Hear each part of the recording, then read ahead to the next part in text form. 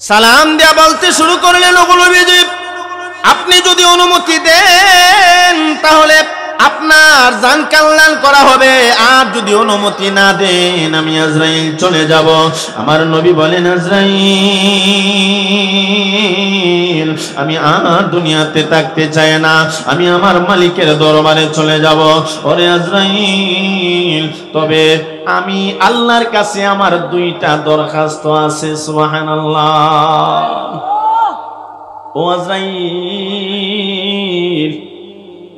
এক নম্বরে আমার আল্লাহর কাছে চাওয়া হলো, আমার আল্লাহ বলেছিল, বন্ধু গো, আপনি যতদিন দুনিয়ার জমিনে থাকবেন ততদিন আপনার উম্মতকে গজব দিয়া ধ্বংস করে দেব না। রে আজরাইল, আমি নবী যদি দুনিয়া থেকে বিদায় হয়ে যাই,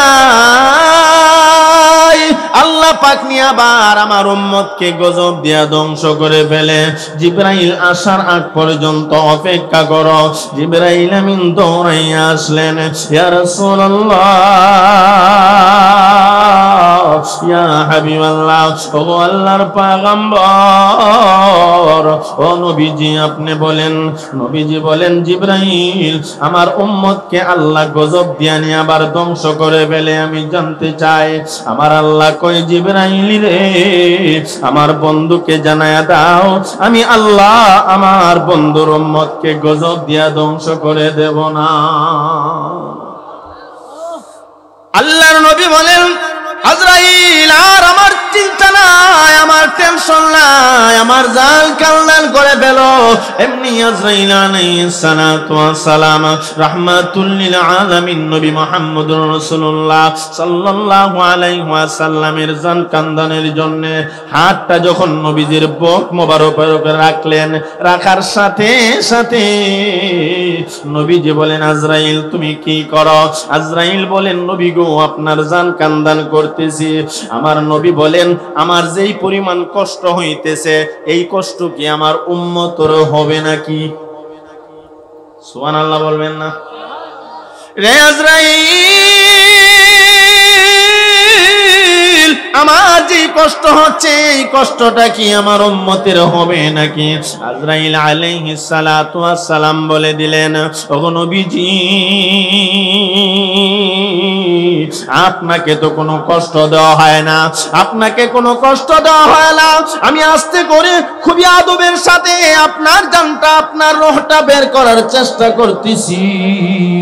তবে আপনার উম্মতের জান যখন কান্দান করা হবে, বুকের মধ্যে দূরে এমন জোরে চাপ মারবো, সাথে সাথে জানটা বের হয়ে যাবে।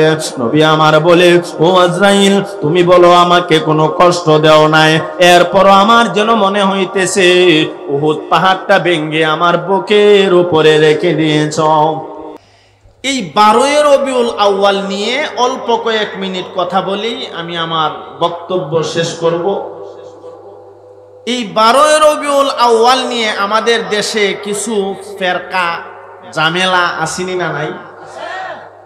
এই 12 রবিউল আউয়াল আসলে পরে একদল মানুষ মিছিল করে, মিষ্টি খায়, আরেক দল মানুষ বৈশা বৈশা কোরআন পড়ে, দরুদ শরীফ পড়ে, কান্নাকাটি করে।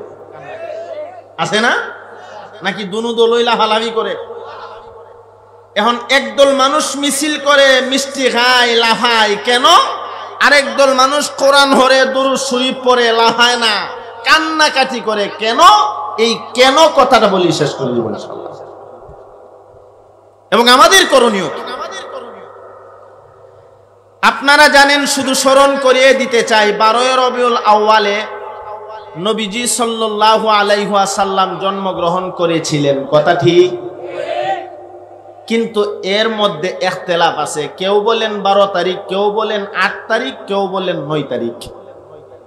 নবীজির জন্ম নিয়ে ইখতিলাফ আছে, কেউ বলেন 12, কেউ বলেন 9 তারিখ, কেউ বলেন 8 রবিউল আউয়াল। উল্লেখযোগ্য মতামত 12 রবিউল আউয়াল নবীজির জন্ম তারিখ। আর এই জন্ম তারিখটাকে কেন্দ্র করে আমাদের সমাজের কিছু মানুষ মিছিল করে, আনন্দ করে, বলে কেন? নবীজির জন্মের তারিখে আমরা আনন্দ করব না তো করবটা কি? এই জন্য মিছিল করেনি না করে না? আওয়াজ দিয়া কোন করে। এদের কথা হলো নবীজি সাল্লাল্লাহু আলাইহি ওয়াসাল্লাম 12 রবিউল আউয়াল জন্মগ্রহণ করেছেন। নবীজির জন্মের কথা শুইনা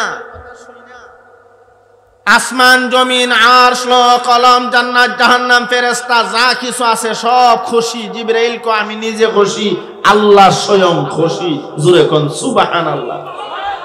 তাহলে 12 রবিউল আউয়ালে আমরা খুশি, নবীজির জন্ম তারিখ, নবীজির আগমনের তারিখ, আমরা খুশি না খুশি না? খুশি। কিন্তু আমাদের মধ্যে কিছু মানুষ এই 12 রবিউল আউয়াল আইলে খুশির সুডে নাচতে নাচতে কাপড় হইলে লাগা আসেনি না নাই? আসেনি না নাই? বলে হুজুর এটা কি তা কোন উইছে, এমন ঘটনা ঘটেছে। আর আরেকদল মানুষে 12 রবিউল আউয়ালে মিছিল করে না। এরা করে কি? এরা বেশি বেশি দরুদ শরীফ পড়ে, এরা কোরআন শরীফ পড়ে, কান্নাকাটি করে। বলে কেন? আমার নবী এই তারিখে জন্মগ্রহণ করেছেন, খুশি আলহামদুলিল্লাহ। তবে নবী তো এই তারিখে দুনিয়া থেকে বিদায় হয়েছেন। নবীজি সাল্লাল্লাহু আলাইহি ওয়াসাল্লাম 12 রবিউল আউয়ালে ইন্তেকাল করেছেন, দুনিয়া থেকে বিদায় হয়েছেন, এতে কোনো সন্দেহ নাই, কোনো ইখতিলাফ নাই। কিন্তু এই 12 রবিউল আউয়াল জন্মগ্রহণ করেছেন, ইখতিলাফ আছে। কেউ বলেন 8, কেউ বলেন 9, কেউ বলেন 12। এখন আসেন আমাদের করণীয় কি? সাহাবায়ে কেরামের জিন্দেগি তালাশ করেন। 12 রবিউল আউয়াল এই দিনটা আসলে সাহাবায়ে কেরাম কি মিছিল করত? কিন্তু যারা করে ওইটা মিলাদুন নবী, ঈদে মিলাদুন নবী। ঈদে সকল ঈদের বড় ঈদ, ঈদে মিলাদুন নবী। কয়নি না কয় না? সকল ঈদের বড় ঈদ, ঈদে মিলাদুন নবী। আমরা জানি ঈদুল ফিতর, ঈদুল আজহা দুইটা ঈদ মুসলমানের, কিন্তু ঈদুল মিলাদুন নবী নামে আরেকটা ঈদ, এটা নতুন আবিষ্কার। আমরা নবীজিকে বেশি মহব্বত করি নাকি সাহাবায়ে কেরাম বেশি মহব্বত করছে? নবীজি দুনিয়া থেকে বিদায় হওয়ার পরে প্রতি বছর এই 12 রবিউল আউয়াল কি আইছিল? প্রতি বছর আইছে না এই তারিখ? সাহাবায়ে কেরাম কি করছেন এই তারিখে? ইতিহাস তো এমন পড়েছি, সাহাবায়ে কেরাম এই তারিখে কান্না করতে করতে চোখ দিয়া পানি গড়গড় করে আসতো আর আহ করে ডাক মারতো। জোরে বলেন ঠিক না বেঠি? হযরতে ওমর রাদিয়াল্লাহু তাআলা আনহু 12 রবিউল আউয়াল যখন নবীজি দুনিয়া থেকে বিদায় হয়ে গেলেন, সাহাবায়ে কেরাম কো নবী নাই। ওমর রাদিয়াল্লাহু তাআলা আনহু বলেন, নবী নাই এই কথা কেউ বলবা তাহলে মাথা ফালাইয়া দেব। আবু বকর রাদিয়াল্লাহু তাআলা আনহু কান্না করেছেন, আহ আহ শব্দ করে যে কান্না করছেন, আর বিরহ ব্যথায় ওই মুখ দিয়া যে একটা কষ্টের কারণে বাতাস বের হইছে, এটা এত কষ্টকর বাতাস যার কারণে উপরের সামানা পর্যন্ত কালো হয়ে গেছে। এই তারিখে সাহাবায়ে কেরাম কান্না করছে, আমাদেরকে সবক শিখাইছে, তোমরাও কান্না করো, নবীর উপরে দুরূদ শরীফ পড়ো। কারণ নবীজি দুনিয়া থেকে বিদায় হয়েছে যেদিন, এদিন নবীজি সাল্লাল্লাহু আলাইহি সাল্লাম উম্মতের জন্য কান্না করছে। জোরে কোন সুবহানাল্লাহ। নবীজি সাল্লাল্লাহু আলাইহি সাল্লাম বিদায় হয়েছেন 12 রবিউল আউয়াল, কথা ঠিক? আজরাইল আলাইহিস সালাতু ওয়াস সালামকে আল্লাহ পাঠাইছেন, আজরাইল আমার বন্ধু নবী মুহাম্মদুর রাসূলুল্লাহ সাল্লাল্লাহু আলাইহি ওয়াসাল্লামের জানটা কান্দান করে নিয়ে আসো, তবে অনুমতি যদি আমার বন্ধু দেয়। সুবহানাল্লাহ কোন না? হযরতে আজরাইল আলাইহিস সালাতু ওয়াস সালাম আল্লাহ পাক রব্বুল আলামিনের হুকুমে আমাদের নবীজির জান কান্দানের জন্য রওনা দিলেন। আর রাস্তা দিয়ে আসে মনে মনে ভাবে, আমি যে নবীজির জান কান্দানের জন্য যাব, যদি আমার কোনো বিয়াদবি হয়ে যায়, আল্লাহ বলেছেন আমি আজরাইল ধ্বংস হয়ে যাব। আল্লাহ জানাই দিছে, আজরাইল আমার বন্ধু, জান কান্দানের সময় কোনো বিয়াদবি যেন না হয়, যদি বিয়াদবি হয় তাহলে ধ্বংস হয়ে যাইবা। আজরাইল আলাইহিস সালাতু ওয়াস সালাম ভয় পাইতেছে, কিভাবে আমাদের নবীজির কাছে যাবে। নবীজি সাল্লাল্লাহু আলাইহি ওয়াসাল্লামের জান কান্দান করতে গিয়ে কোনো বিয়াদবি নিয়ে আবার হয়ে যাও। নবীজির কাছে না গিয়া চলে গেলেন হযরতে জিবরাইল আলাইহিস সালাতু ওয়াস সালামের কাছে। সুবহানাল্লাহ কোন। আজরাইল আলাইহিস সালাতু ওয়াস সালাম হযরতে জিবরাইল আলাইহিস সালাতু ওয়াস সালামের কাছে চলে গেলেন। রে ভাই জিবরাইল,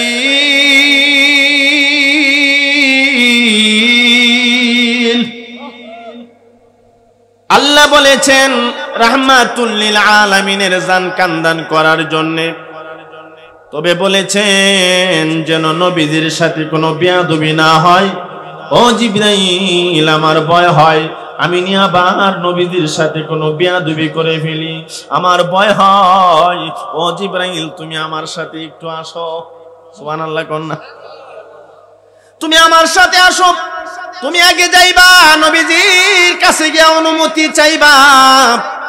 নবী আমার যদি অনুমতি দেয় তাহলে আমি আজরাইল নবীজির জান কান্দানের জন্য হজরা মোবারকের ভেতরে ঢুকবো, নতুবা আমি বাহির থেকে চলে আসবো। লম্বা কথা। নবীজি সাল্লাল্লাহু আলাইহি ওয়াসাল্লামকে সাল্লামের জান কান্দান করার জন্য জিবরাইল আমিনকে সঙ্গে লইয়া গেলেন। আজরাইল আলাইহিস সালাতু ওয়াস সালাম বাহিরে দাঁড়িয়ে রইলেন, আর জিবরাইল আমিন ভিতরে ঢুইকা নবীজিকে সালাম দিয়া বলতে শুরু করলেন, ইয়া রাসূলুল্লাহ, ইয়া হাবিবাল্লাহ, ওগো আল্লাহর পয়গম্বর, ও নবীজি, আপনার জান কান্দানের জন্য আজরাইল এসেছে, বাহিরে দাঁড়িয়ে আছে। আপনি যদি অনুমতি দেন গো, তাহলে আজরাইল ঘরের ভেতরে প্রবেশ করবে, নতুবা আজরাইল বাহির থেকেই চলিয়া যাবে। সুবহানাল্লাহ কইতেন না? আর জোরে কোন সুবহানাল্লাহ। নবীজি সাল্লাল্লাহু আলাইহি ওয়াসাল্লাম বলে দিলেন, রে জিবরাইল, আমি পারমিশন দিলাম, আজরাইলকে আসতে বলো, আমি আমার মালিকের দরবারে চলে যাব। আজরাইলকে আসতে বলো, আমার জান কান্দানের জন্য অনুমতি দিলাম। লম্বা কথা, মূল কথাটা বলে দেই। হযরতে আজরাইল আলাইহিস সালাতু ওয়াস সালাম নবীজি সাল্লাল্লাহু আলাইহি ওয়াসাল্লামের ঘরের ভিতরে প্রবেশ করলেন। ভেতরে আর অনেক কথা সব ছেড়ে দিলাম। সালাম দিয়া বলতে শুরু করলেন, ওগো নবীজি, আপনি যদি অনুমতি দেন তাহলে আপনার জান কান্দান করা হবে, আর যদি অনুমতি না দেন আমি আজরাইল চলে যাব। আমার নবী বলেন, আজরাইল, আমি আর দুনিয়াতে থাকতে চাই না, আমি আমার মালিকের দরবারে চলে যাব। ওরে আজরাইল, তবে আমি আল্লাহর কাছে আমার দুইটা দরখাস্ত আছে। সুবহানাল্লাহ। ও আজরাইল, এক নম্বরে আমার আল্লাহর কাছে চাওয়া হলো, আমার আল্লাহ বলেছিল, বন্ধু গো, আপনি যতদিন দুনিয়ার জমিনে থাকবেন ততদিন আপনার উম্মতকে গজব দিয়া ধ্বংস করে দেব না। রে আজরাইল, আমি নবী যদি দুনিয়া থেকে বিদায় হয়ে যায়, আল্লাহ পাক নিয়ে আবার আমার উম্মতকে গজব দিয়া ধ্বংস করে ফেলে, জিবরাইল আসার আগ পর্যন্ত অপেক্ষা করো। জিবরাইল আমিন দৌড়াইয়া আসলেন, ইয়া রাসূলুল্লাহ, ইয়া হাবিবাল্লাহ, ও আল্লাহর পয়গম্বর, ও নবীজি আপনি বলেন।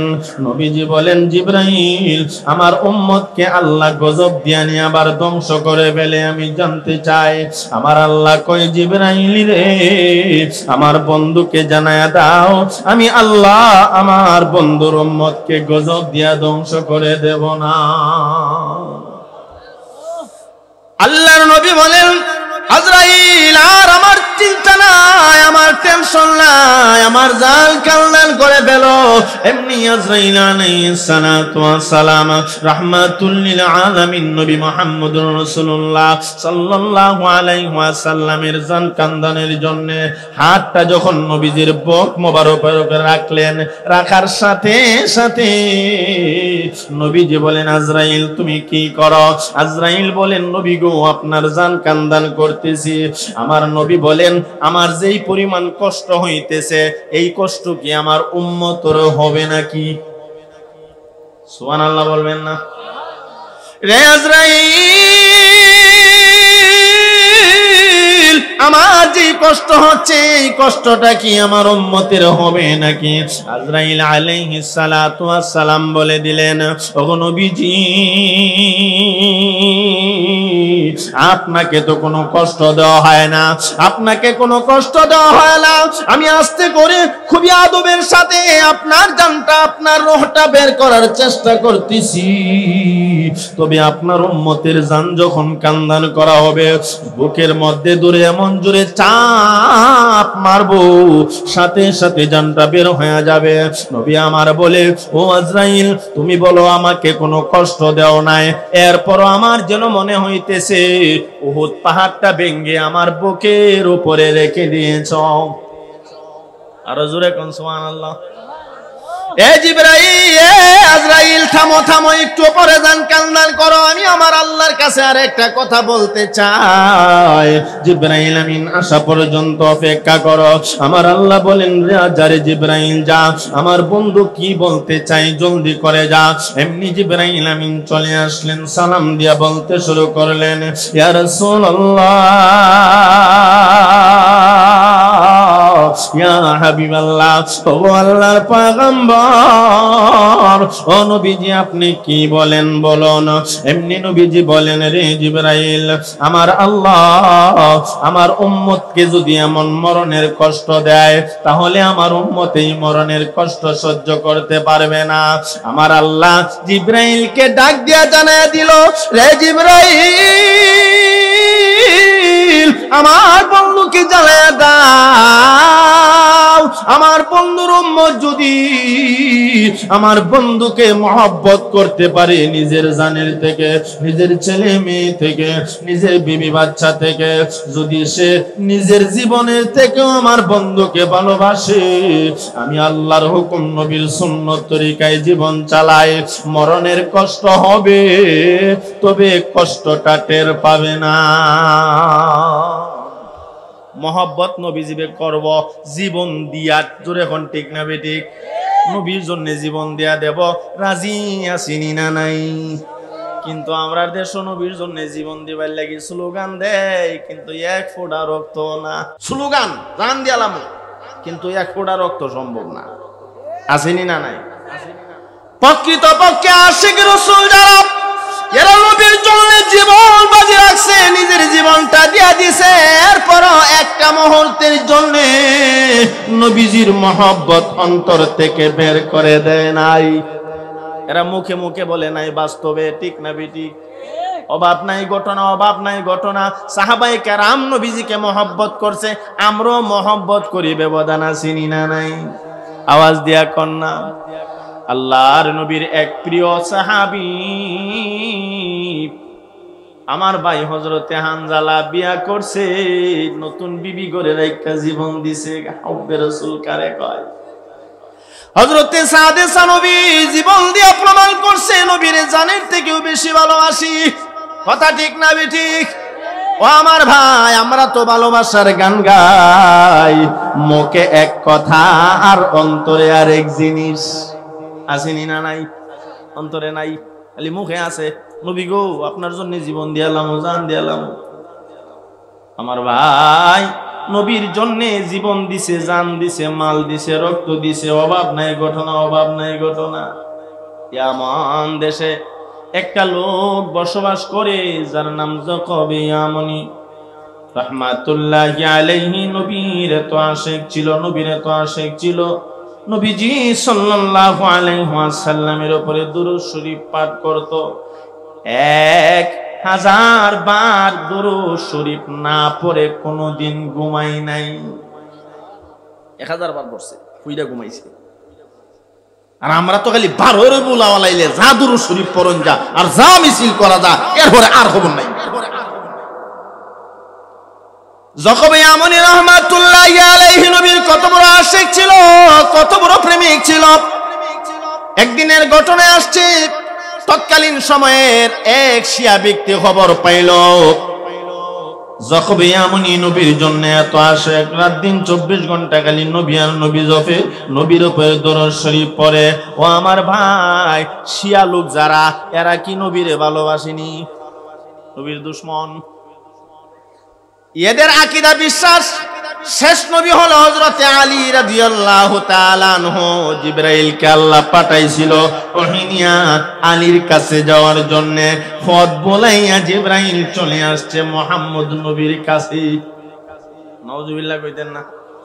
জিবরাইল পথ বললা মুহাম্মদ নবীর কাছে আইছে, আসলে আলীর কাছে যাওয়ার কথা ছিল। শিয়াদের আকীদা দৃঢ় বিশ্বাস, ঠিক না বেঠিক? আওয়াজ দিয়া কর না। কিন্তু আমাদের আকীদা বিশ্বাস আমাদের শেষ নবীকে,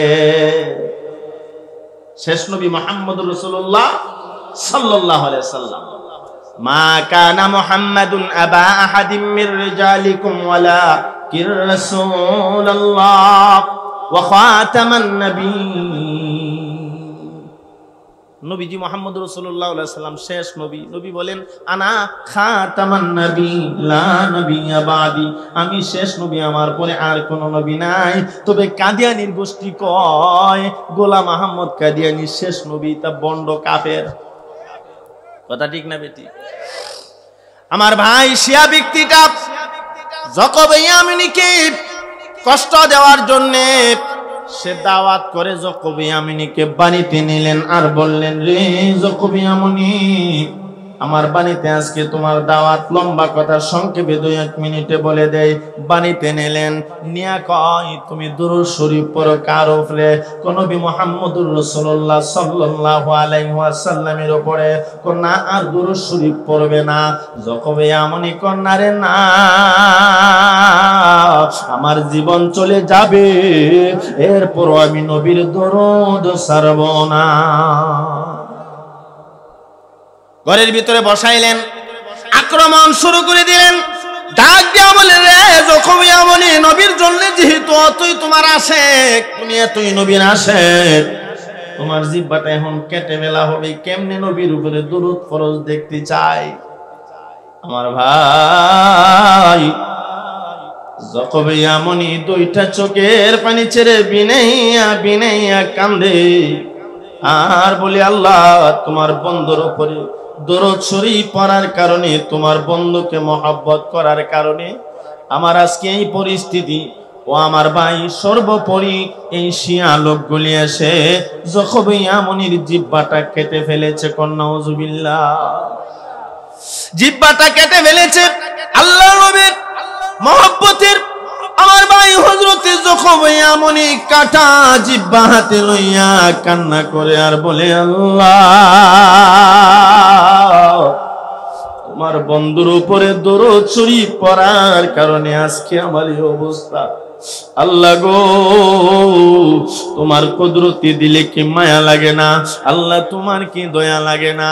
ও আমার ভাই, বিনাইয়া বিনাইয়া যাকব ইয়ামিনী কান্না করে। কানতে কানতে এক পর্যায়ে শরীরের মধ্যে যখন শক্তি কমে গেছে, রক্ত বের হইতেছে, জামাটা রক্তে লাল হয়ে গেছে, দাড়িগুলি লাল হয়ে গেছে, আমার ভাই শরীরে আর তেমন শক্তি নাই, চাপড়ে মরে বসে গেছে। পয়সা বিনাইয়া বিনাইয়া কানতে কানতে ঘুমের ঘরে ঘুমায়া গেছে। ঘুমের ঘরে স্বপ্নে দেখে আমার ভাই যাকব ইয়ামিনী ঘুমের ঘরে স্বপ্নে দেখে একজন হুজুর সামনে দাঁড়াইয়া ডাক দিয়া বলেন, রে যাকব ইয়ামিনী, তুই কান্না করিস না রে, তোর জিহ্বাটা এখন ভালো হয়ে যাবে। আমারে চিনোস নি? বলে, না হুজুর, আপনাকে চিনি না, আমি দুনিয়ার কোনো সাধারণ মানুষ না গো, আমি হইলাম আল্লাহর নবী রাহমাতুল লিল আলামিন। রে যাকব ইয়ামিনী, তোর জিহ্বাটা আমার হাতে দে।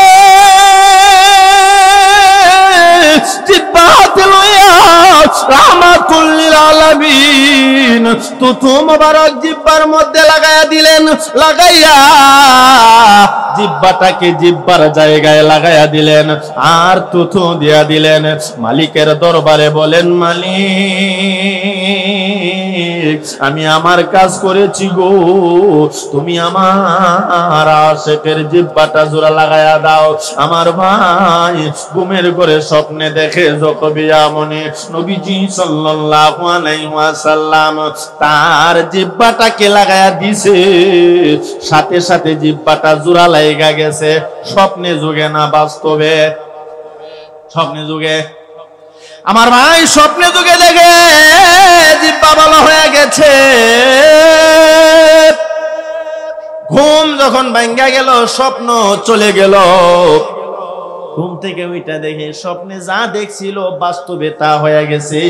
যকবিয়ামনি আগের থেকে ভালো হয়ে গেছে। এই ঘটনা আরো লম্বাই দিকে যাব না, শুধু বুঝাইতে চাইলাম নবীর আশিক যারা নবীর জন্য রক্ত দেয় শুধু জিলাপি খায় না, কারণ মিষ্টি খাওয়া সুন্নত, তবে জানতে হবে রক্ত দেওয়া সুন্নত। নাকি ওটা খালি মিষ্টি খাওয়ান বলে মিঠাই নবীজি পছন্দ করতো সুন্নত। ও আমার বাইনা, নবীর জন্য জীবন বাজি রাখা লাগবে না লাগবে না? কথায় কথায় অনেক দূরে নিয়ে গেলাম। যে কথা বলতেছিলাম, যেই নবী রাহমাতুল লিল আলামিন দুনিয়া থেকে বিদায় হওয়ার সময় আমাদের কি বলে নাই? ডাক দিয়া বলেন, রে জিবরাইল, আমার উম্মত দুনিয়া থেকে বিদায় হওয়ার সময় মরণের এত কষ্ট সহ্য করতে পারবে না। জিবরাইল আমিন বলেন, নবী গো, আপনার উম্মতের কষ্ট হবে, কিন্তু এই কষ্টটা টের পাবে না।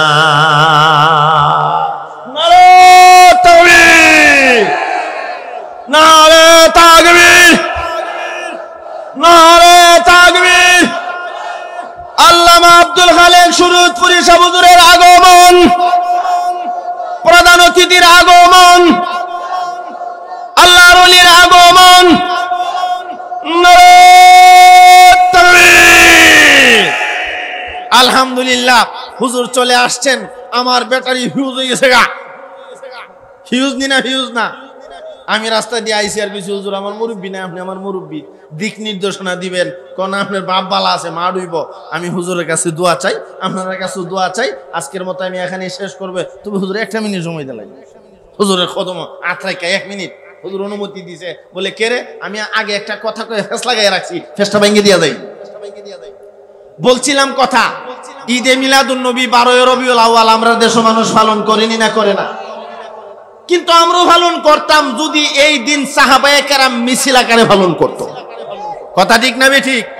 সাহাবায়ে কেরাম যেহেতু মিছিল করে নাই, তাবিন, তাবে তাবিন, আইম্মা মুস্তাহিদিন, সলফে সালিহিন, বুজুর্গানে দিন, হক্কানে উলামায়ে কেরাম 12 রবিউল আউয়াল মিছিল করে নাই, মিষ্টি খাই নাই, আমরা করি নাই। বরং আমরা এই দিন বেশি বেশি দুরূদ শরীফ পড়ব, নবীজি সাল্লাল্লাহু আলাইহি সাল্লামকে সালাম দুরূদ পাঠ করব, আর আমরা নবীজির মহব্বতের বহির প্রকাশ ঘটাবো।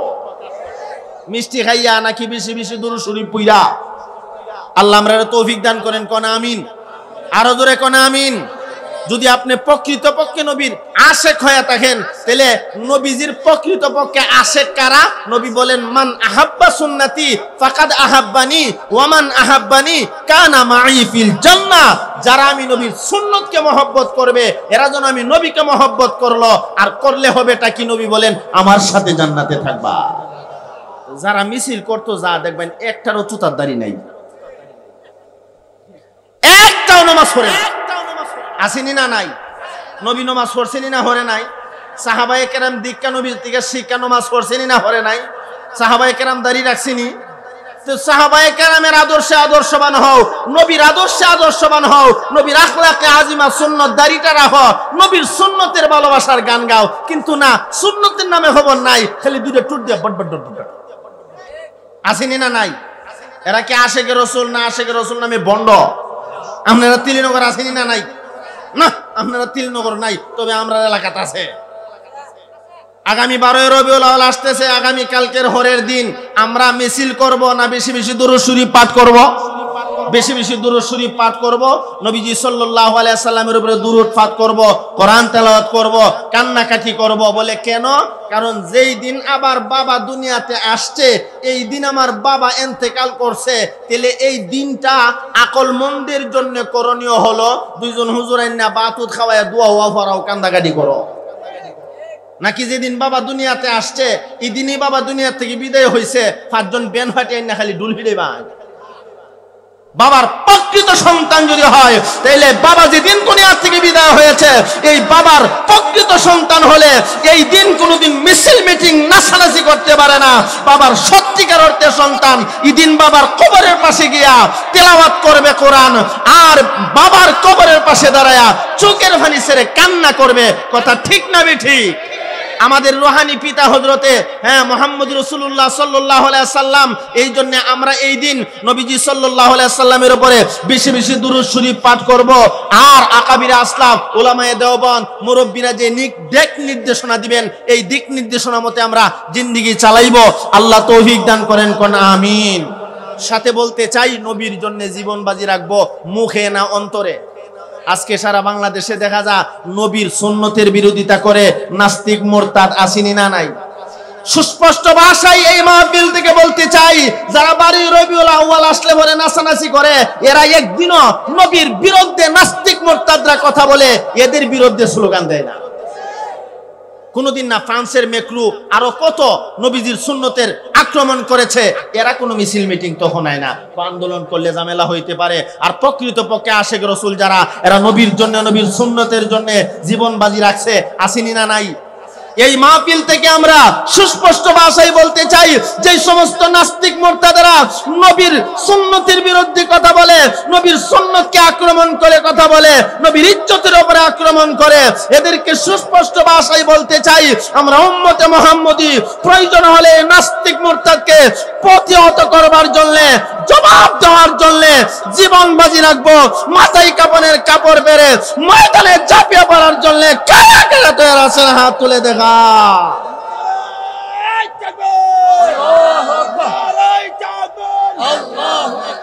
আল কোরআনের আলো ঘরে ঘরে জালো, আল হাদিসের আলো ঘরে ঘরে জালো, কোরআন সুন্নাহর আলো ঘরে ঘরে জালো। নারায়ে তাকবীর।